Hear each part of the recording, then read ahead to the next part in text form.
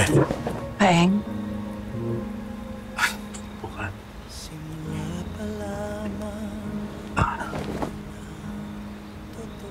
Kumusta ka na? Eto, okay lang. Bus driver pa din. Ikaw siguro, nakahanap ka agad ng trabaho pagka-graduate mo, no? Tinulungan ako ng ate. Tapos sinanap-hanap mo ako. Dahil miss na miss mo ako. Kaya ka pumayag makipagkita sa akin ngayon.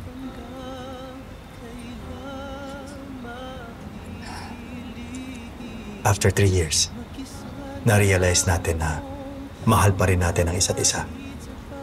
Tapos may nakilala ako. Nakilala ko si Eric. Sino si Eric?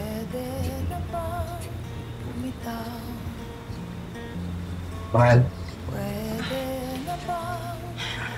Paeng, asawa ko, si Eric. Nice to meet you.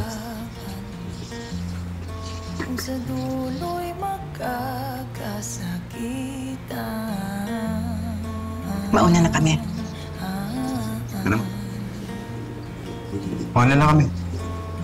Pwede na bang huminto? Pwede na bang lumayo?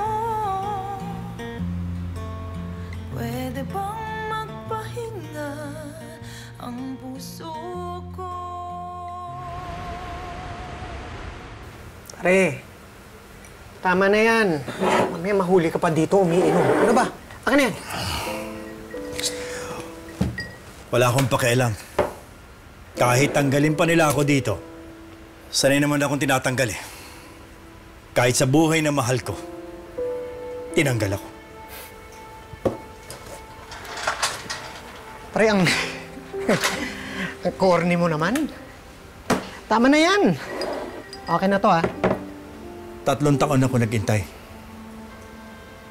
3 taon akong umasa na magkakabalikan kami. Pero ano? Minahal niya ba ako? Alam mo, pare, ang pagmamahal parang pagmamaneho lang yan, eh. Paiba-iba yung kalsadang dinadaanan natin. May malubak. Meron din namang, alam mo na, yung swabe lang. Pero kahit ano yung daanan mo, ang mahalaga, ikaw ang nagpapatakbo ng sasakyan. Kaya, pare, biyahe lang ng biyahe hanggang mapahinto ka dun sa babae na para sa'yo. Gusto mo bang tulungan kita?